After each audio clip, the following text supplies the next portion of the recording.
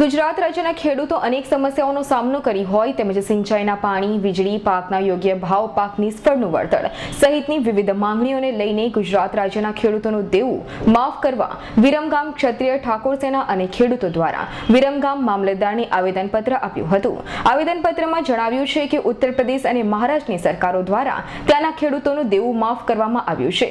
તે જ રીતે ગુજરાત રાજ્યના ખેડૂતોનું દેવું માફ કરવા માટે તેમજ વિવિધ માંગણીઓને 5 એકરથી ઓછી જમીન ધરાવતા ખેડૂતોનું દેવું માફ કરવું જોઈએ।